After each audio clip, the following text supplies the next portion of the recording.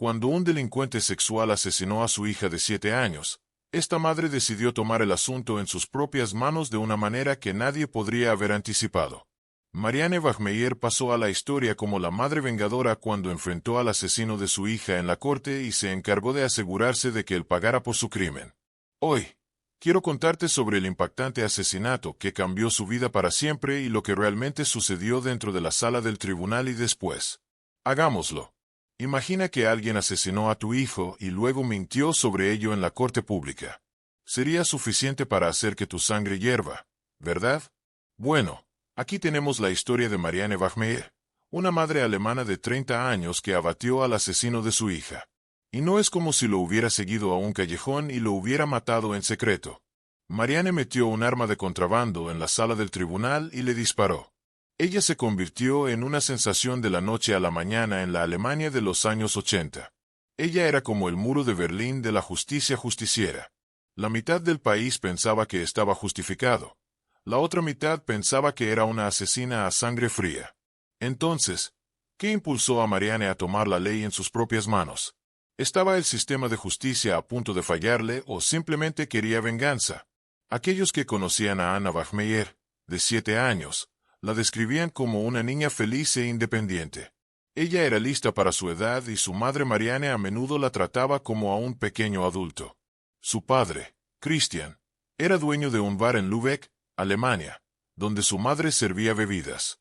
Trabajar en un bar significa largas horas y noches tarde. Así que Anna aprendió a cuidarse sola bastante temprano, y se dice que pasaba la mayor parte de su tiempo en el bar. Como cuenta la historia, el 5 de mayo de 1980, Anna se levanta de la cama y se viste mientras Marianne duerme. Es una mañana típica para madre e hija porque Marianne normalmente trabaja hasta tarde y cuenta con que Anna se prepare irse sola a la escuela. Pero ese lunes, Anna todavía está furiosa por una discusión que ella y su madre habían tenido el día anterior. Entonces decide que le va a dar una lección a mamá y faltar a la escuela. Por supuesto, no va a quedarse en casa donde su madre descubriría lo que estaba haciendo. Así que sale a deambular. Cuando Marianne se despierta, se alista para salir a una cita y asume que su hija está en la escuela. Pero cuando regresa a casa esa tarde, Anna no está allí.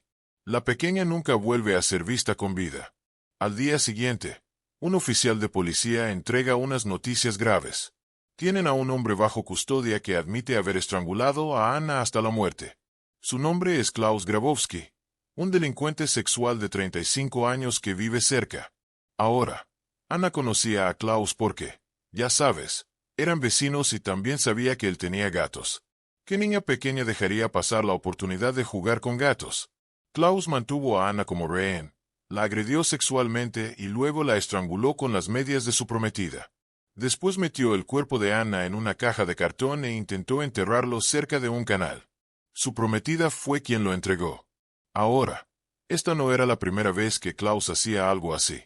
Él tenía condenas previas por abusar sexualmente de 2 niñas en 1976.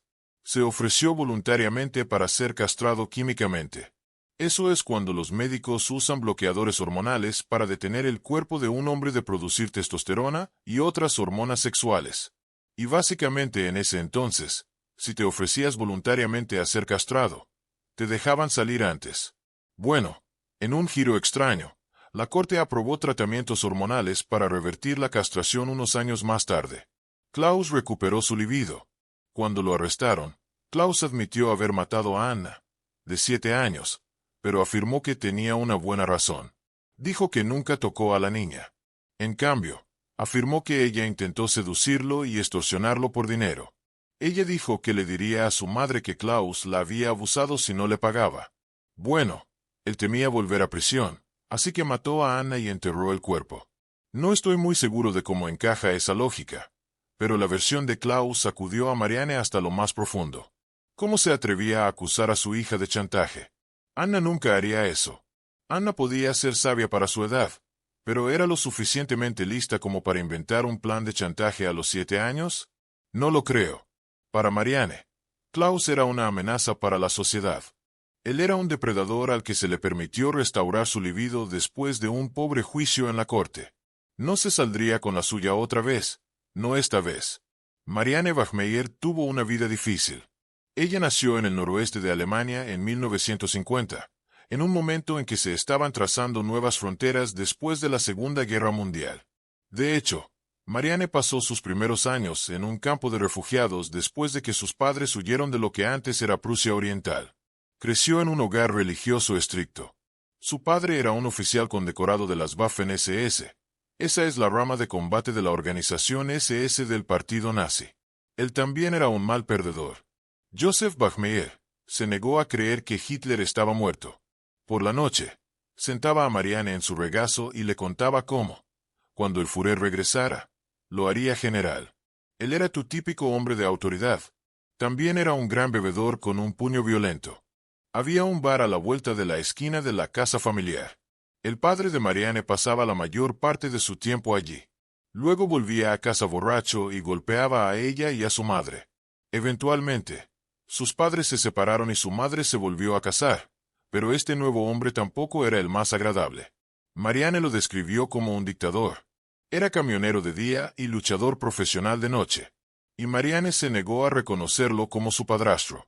Ella lo llamaba tío Paul en lugar de papá. Bueno, al tío Paul no le gustaba eso. La violencia física era todo lo que él conocía y Marianne cargaba con la peor parte. A los 15, se había convertido en una joven atractiva. Bueno, conoció a un chico de una familia adinerada y se enamoró perdidamente. Ella se escapaba de noche para ver a su nuevo novio, lo que llevó a un embarazo inoportuno.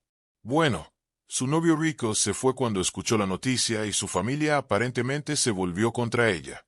El tío Paul la echó de la casa cuando se enteró.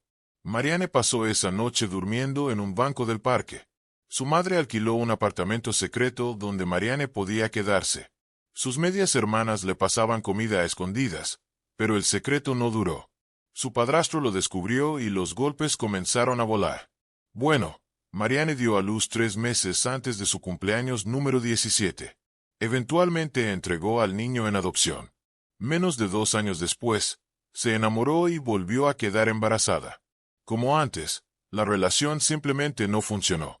Y ella no estaba segura de poder criar a un hijo sola. Una noche, mientras estaba embarazada de su segundo hijo, Marianne fue violada a punta de pistola. Él dijo que la mataría si llamaba a la policía, pero Marianne no iba a dejar que se saliera con la suya. Llamó a la policía y arrestaron a su violador. Ahora pensarías que el tío Paul podría mostrar algo de simpatía, pero no. Echó a Marianne de la casa. Entre la agresión y la crueldad del tío Paul, Marianne no pudo soportarlo más e intentó matarse. Afortunadamente, los médicos la reanimaron a tiempo para salvarla a ella y al bebé.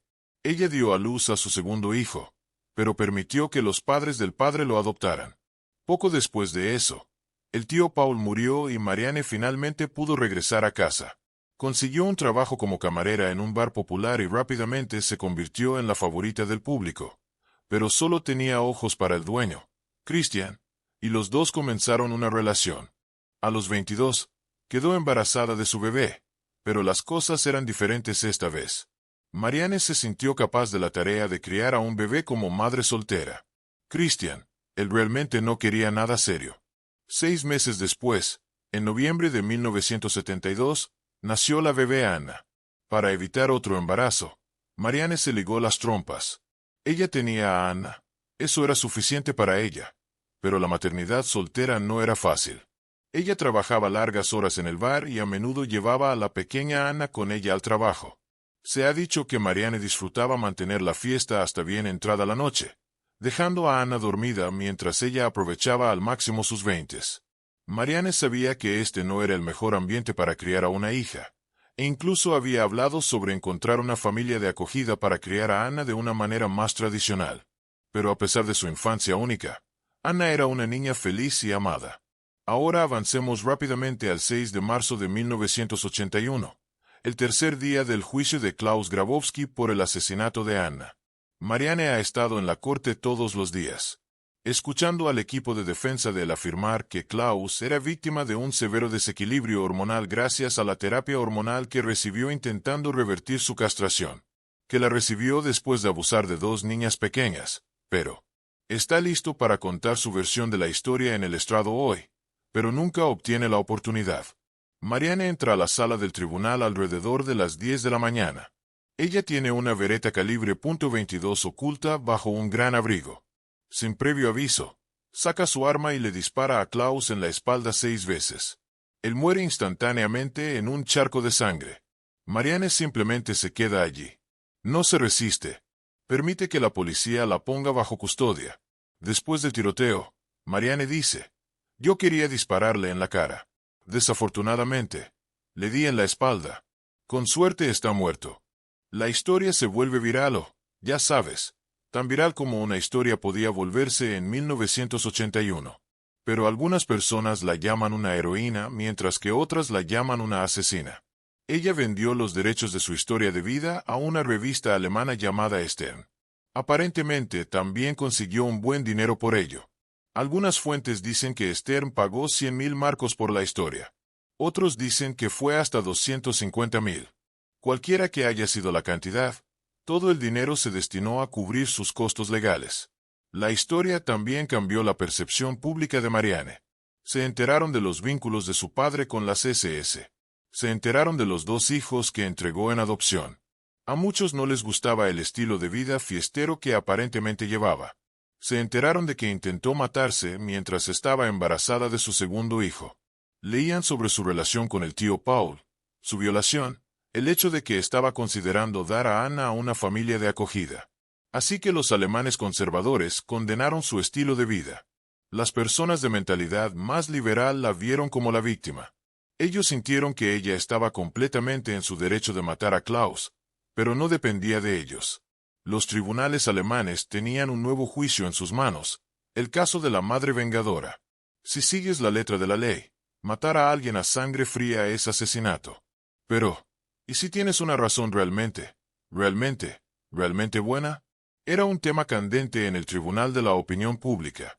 Durante su juicio, Marianne dice que le disparó a Klaus en un sueño. Ella tuvo visiones de su hija en la sala del tribunal. Cuando un médico que la examinó le pidió una muestra de escritura, Marianne famosamente escribió: «Lo hice por ti, Anna», y firmó el papel con 7 pequeños corazones, uno por cada año que Anna estuvo viva. Ella afirmó que tenía un arma con ella porque temía por su seguridad. Ella estaba bajo una angustia emocional extrema, y al ver al asesino de su hija, perdió el control. Los fiscales afirmaron que lo hizo por venganza. Y además, todo este asunto de estar fuera de control o sentir que estaba en un sueño era tontería. Ella sabía exactamente lo que estaba haciendo. Bueno, después de 4 meses de este ir y venir de testimonios, el 2 de marzo de 1983, Marianne fue condenada por homicidio involuntario y sentenciada a 6 años de prisión. Ella solo cumplió 3 y salió en libertad condicional en 1986. Se casó con un maestro y se mudó a África. Algunas fuentes dicen que fueron a Ghana. Otros afirman que fue Nigeria. Pero su matrimonio se disolvió en 1990. Marianne fue a Sicilia, donde encontró trabajo como asistente de eutanasia en un hospicio en Palermo. Apropiado. Tristemente, Marianne no tenía mucho tiempo. Le diagnosticaron cáncer de páncreas a mediados de los años 90. Regresó a Alemania, donde usó el poco tiempo que le quedaba para abrazar la historia de la madre vengadora. Ahora recuerda, Marianne fue condenada por homicidio involuntario. No pudieron probar que lo planeó, y el público estaba indignado de que siquiera la acusaran de asesinato. Ella siempre sostuvo que le disparó a Klaus por pura emoción. Esa historia cambió con los años. En 1995, Marianne se sentó para una entrevista en un programa de entrevistas alemán. Ella dijo que le disparó a Klaus después de una cuidadosa consideración. Él difundía mentiras sobre Anna y Marianne quería callarlo para siempre. Ella había oído que él iba a declarar ese día y todo lo que podía pensar era: ahora viene la siguiente mentira sobre la víctima que era mi hija. Aproximadamente un año después de esa entrevista, Marianne murió de cáncer a los 46 años. Fue enterrada junto a la tumba de Anna en Lübeck. En 2006, un antiguo amigo de Marianne afirmó que en realidad ella ensayó el tiroteo en el sótano del bar de Christian. Y ese es tu resumen. Gracias por acompañarnos hoy. Si te gusta recibir todo el crimen en la mitad del tiempo, adelante y toca ese botón de suscribirse y la campana para que nunca te pierdas una historia. Estamos todas las semanas, pero no te vayas. Ponte al día con más historias de criminales aquí mismo, ahora mismo. Hasta la próxima. Cuídate.